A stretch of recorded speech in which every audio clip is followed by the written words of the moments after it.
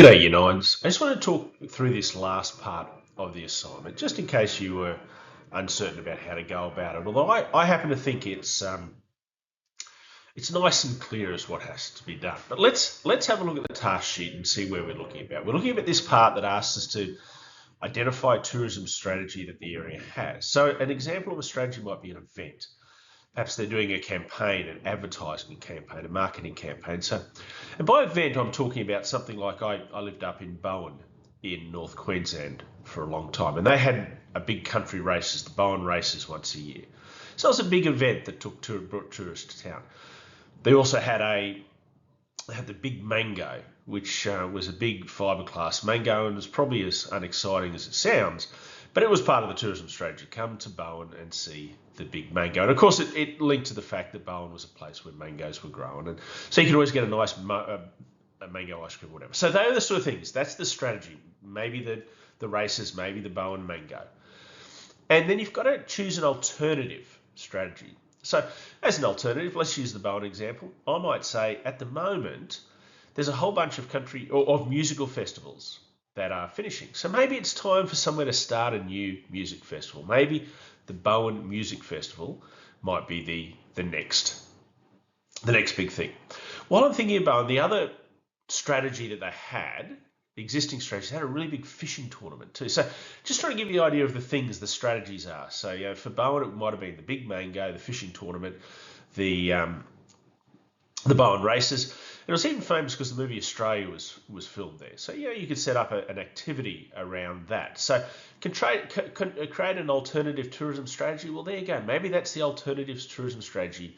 You're going to do a tour of all the places that the movie Australia was filmed, and from memory, Nicole Kidman was in there.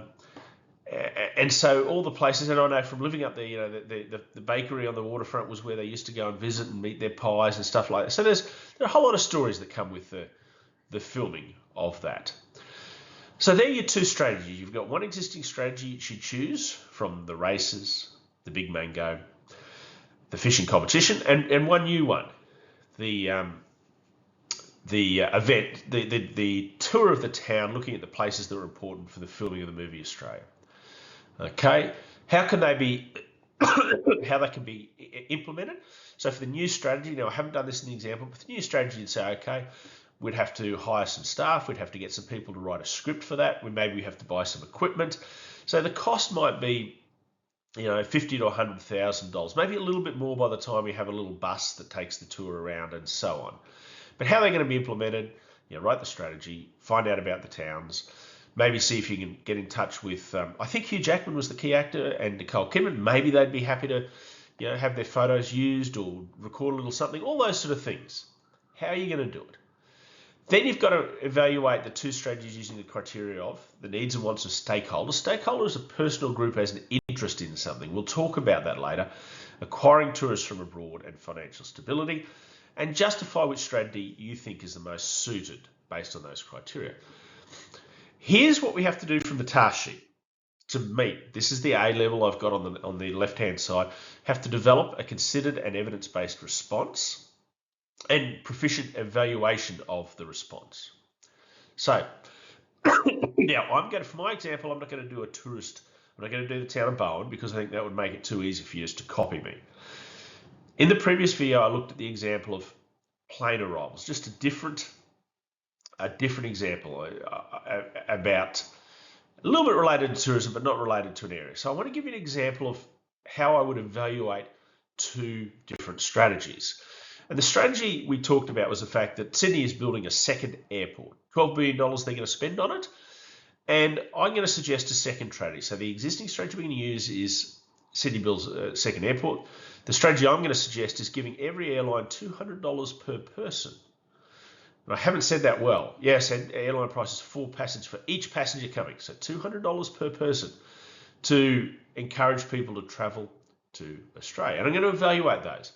I think a nice, easy way to evaluate is using a table. So I've got my two strategies at the top. Build a second runway at Sydney or give a $200 grant for each incoming passenger by plane. I made it a little bit clearer there. In the previous slide, I wasn't as clear as I should be.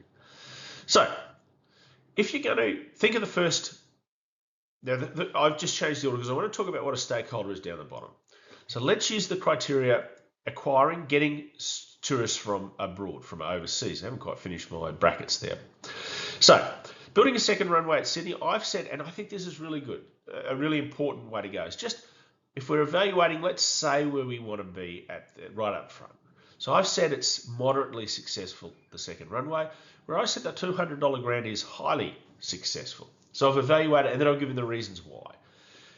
The second runway, it's going to allow more planes to land in the city of Sydney. It might lower the cost of landing in Sydney because there's 2 airports now, so it might make things a little bit cheaper for travellers, and it might allow more planes to land and depart at really attractive times. So it'll maybe make transport a little bit more efficient, plane transport. The $200 grant for each passenger, I think it's going to be more successful. I've said highly successful because suddenly travel will become more affordable. It's a big cost for people travelling to Australia. Suddenly it becomes a little cheaper. It makes a great advertising slogan for tourists, travel for less to Australia, which is quite a nice thing. And Australia's a long way from any other country. So that biggest problem of having to pay a lot of money to travel is challenged. Let's move on and have a look at financial stability. Once again, I've just made a clear statement. I've said it has low financial stability because this is for the second runway at Sydney. Building a second runway is very expensive, $12 billion. That's 12,000 poles of $1 million. That's an extraordinarily large sum of money. It then has to be maintained. It has to attract tourists and flights.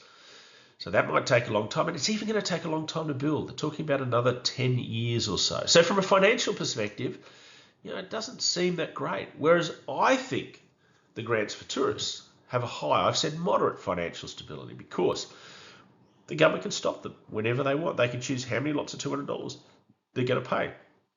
It directly targets tourists. Every $200 is a new tourist arriving in Australia. And lastly, that research that says tourists in Australia spend about roughly $3,000 each once they've arrived. So spending $200 to attract $3,000 of spending, I think that's pretty attractive. Now, I haven't done the needs and wants of stakeholders, and I'm not going to, but I just want to give you an idea of who a stakeholder might be. Anyone who has a financial, has an interest, a person or a group has an interest. So I would use, perhaps in this case, tourist business operators. And I would say maybe they probably prefer the $200 grant, people arriving straight away, and Australian residents, so the people who live in Australia, the population of Australia, and I think they would like the business activity that comes with the grant. But I haven't done that. I've left that for you to do, because in your situation, you'll be choosing who the stakeholders you're going to look at first and then decide whether they meet the needs. So the last couple of slides is we're then asked to justify which strategy you think is the best around your destination attracting tourists. Now, this won't be too hard because you've done a lot of the heavy lifting here in the table that you've done. So hopefully it won't be too hard a thing for you. Here's an example of what I've done. Remembering I've got a slightly different example. I'm using airports and air traffic. I've said the most successful strategy is providing 200 grants for visitors. So I like to start with a statement of what I'm saying and then why, from a cost basis. This directly links to increased tourism visit. Every $2,000, the visitor spends around another $3,000. Because it's an important point there, I've put a reference in as well. In terms of stakeholder satisfaction, the grants that can be made immediately and start to see people arriving is great for tourist operators. Remember I said stakeholder satisfaction. One of the groups I was looking at was tourist operators. And the other people there, the population, the households, if we go back to our 5-sector model, households benefit because there are more job opportunities. The more tourist businesses that are working well, because there are more tourists arriving, they'll need more people working and working longer hours. High cost and the long time for Sydney Airport make it less attractive. So I've put together what I think are the most important points there. It's good luck as you go around this section of the assignment.